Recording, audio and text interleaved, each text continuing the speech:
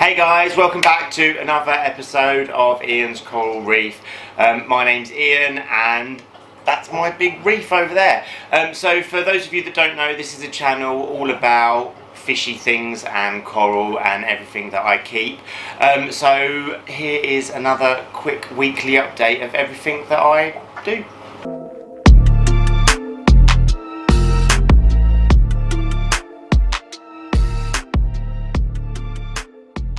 Alright guys, welcome back to another update, well another weekly update. I'm going to show you everything that I've been doing this week. A big shout out to Paraquatics in Hove who have managed to keep me going, supplying me with salt and actually a few little bits of livestock this week, so that's really cool. So I've got a few new things to show you, and also a little bit of an update on the new tank as well. So yeah, let's get this going. Alright, first of all I want to show you something really cool which I picked up from Paraquatics, which is this coral viewer. So they use them normally in like frag shops and what have you, and so you can actually look down on top of the frag, so you get some really cool pictures or some really cool view. So yeah, so I've got water in the tank, got salt water in it. It's yeah, it's just cycling really, nothing really that exciting to to say really. It took a few days to fill it up. I've got one side full of rubbish, as you can see, like it's not very neat and tidy just yet. And then the other side, you can see you got the water flowing through. It's quite quiet, which is cool.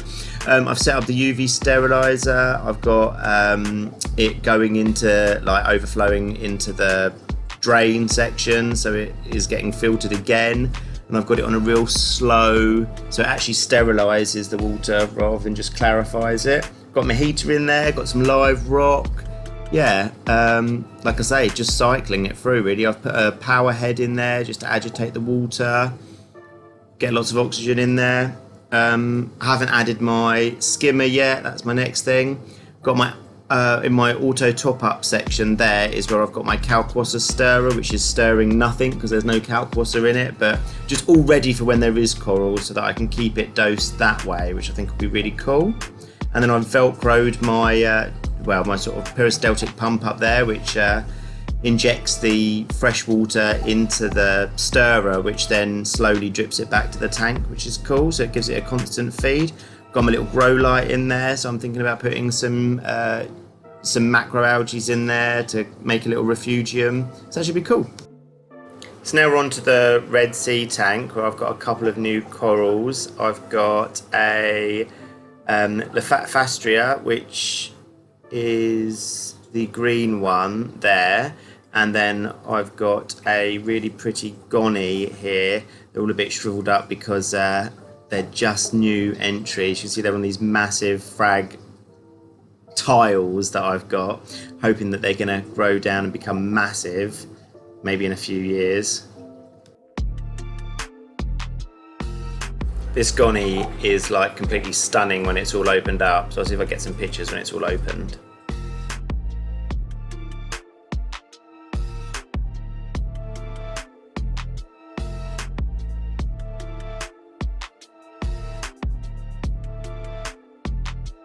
My little Zoa garden and Pallies are all doing well. And this is the awesome top-down view I get from that coral viewer.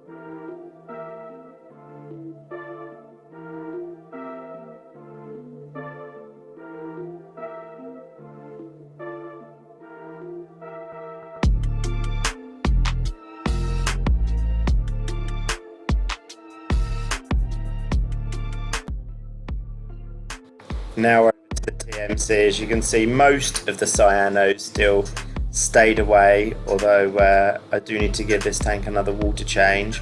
But everything in here is looking really cool, and I often see the pipefish dancing, a little courtship dance at night, which is really nice to see. I've got a couple of little new additions going in here today as well, which is really cool.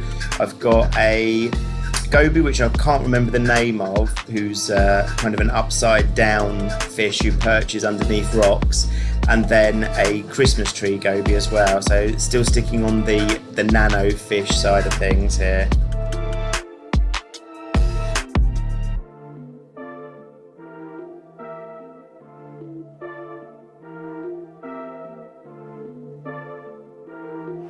Alright guys, that's it for my weekly update video. Remember, do all the good stuff, like, share, comment, subscribe, and I'll see you next week.